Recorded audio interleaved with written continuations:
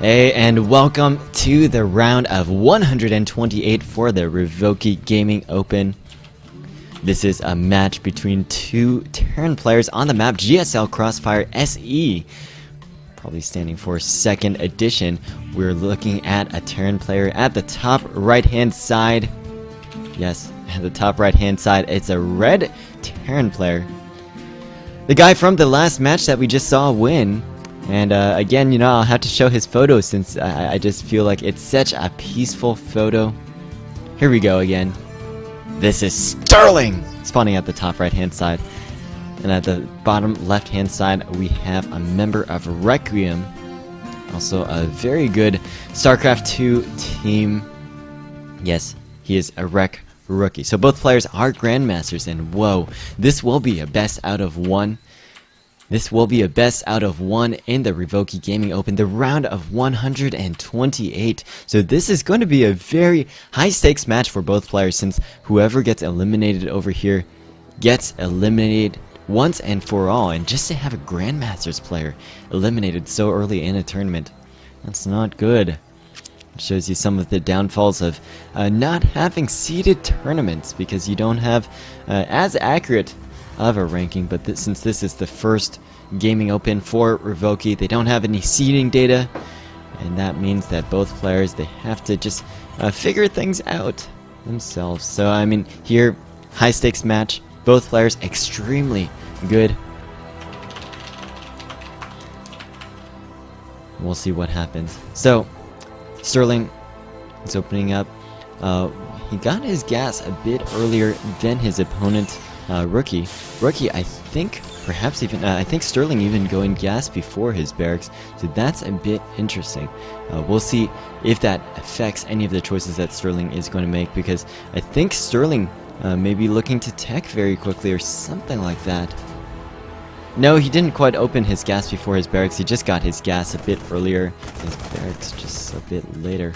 Not sure what Sterling is trying to do right now, but it's going to be interesting to see their choices, because this map is a very long and narrow map. That means really tanks are very, very important.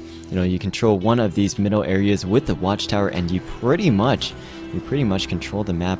Now, you can see that Sterling actually both players going for a quick factory.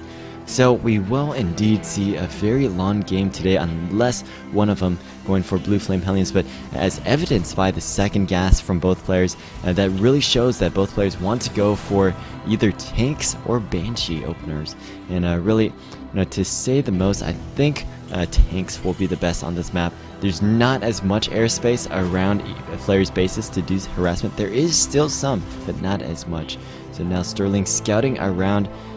I think he's trying to make sure that there are no proxies, no sorts of all-ins from his opponent. And now we see a reactor going down on this barracks, and a tech lab going on both factories. So really, this shows that both players are looking... That's going to be interesting. Both players building a starport. We might see Banshees from both players then. I mean, the dual gas... That's really going to allow people to fund, Sterling and REQRookie, to fund the production of both Banshees and Cloak. And let's take a look at the first build. Okay, he's building a siege tank out of here. So, still a bit more mysterious to me. I'm not the master at Terran versus Terran. But, yeah, okay. So both players getting a Viking to start out. Still incredibly mirrored this match is, except for this reactor on this barracks. REQRookie getting his slightly later, so that's going to allow Sterling to get a few more Marines earlier than his opponent, but it's not going to make too big of a difference right now. So we are getting poised to a huge, to a long game. I mean, here you see that REQRookie and Sterling both, neither of them making any early aggression.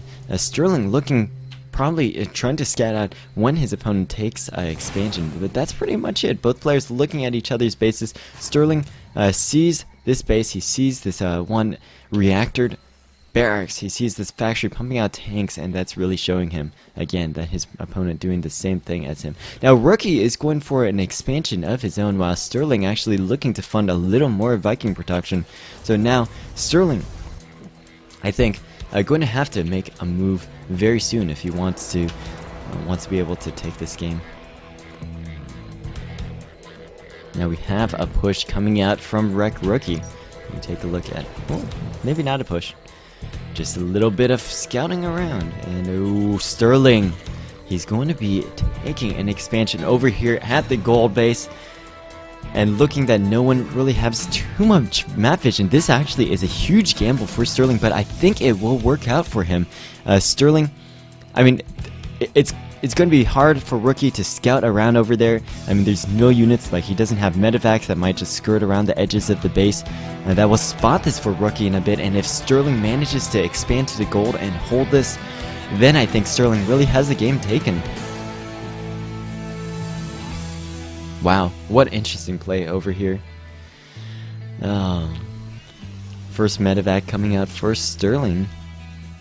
It looks like he might be loading up for, okay, dropping, not even loading up for a marine drop on his opponent's base. He's going to be loading up for a medevac drop, making sure that his SCVs take a route around to his expansion over here so that his opponent has no chance of seeing it unless he is directly at the gold base.